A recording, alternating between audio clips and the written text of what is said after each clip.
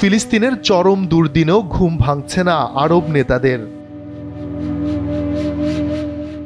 নিষ্ক্রিয় আরব লীগ আর রীতিমতো আইসিইউতে রয়েছে ৪৯টি মুসলিম প্রধান দেশের সংস্থা ওআইসি।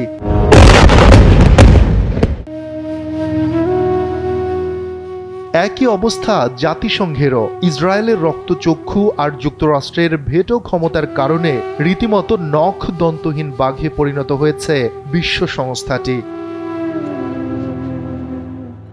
গাজা উপত্যকার ধ্বংসস্তূপে দাফন হয়ে গেছে পশ্চিমাদের মানবাধিকারের সবক। পরিস্থিতি এমন পর্যায়ে পৌঁছেছে যে লাইভ জেনোসাইডেও টলছে না তাদের বিবেক। RICL TMX, যুগের পর যুগ স্থাপনা থাকে মজবুত। তবে ভোতা বিশ্ববিবেকের অন্ধকার ছাপিয়ে মানবাধিকারের শানিত তরবারির ন্যায় উত্থিত হলেন ভিনদেশী এক তরুণী, যিনি একাই লড়ে যাচ্ছেন অসহায় ফিলিস্তিনিদের পক্ষে।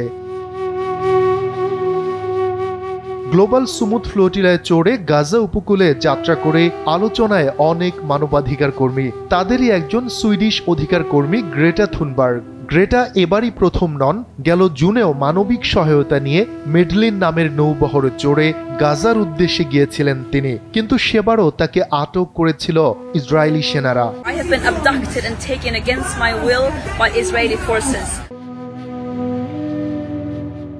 কিন্তু তারপরেও দমে যাননি এই সুইডিশ তরুণী। আবারও ছুটে গিয়েছেন অসহায়দের সহায়তায়, আবারও আটক হলেন নেতানিয়াহুর বাহিনীর হাতে। অসহায় গাজাবাসীর জন্য ভিন্ন ধর্মের ও ভিনদেশী তরুণীর এমন হার না মানা প্রতিজ্ঞা যেন চুনকালি এঁটে দিল আরব নেতাদের মুখে। শফিকুল ইসলাম শান্ত, NPB। مش عارفة أحكي، مش عارفة أتكلم. إيش استفدنا إحنا؟ عشان مين كل هذا؟ عشان مين نتبهدل؟ عشان مين؟ حسبي الله ونعم الوكيل بس، حسبي الله ونعم الوكيل بس.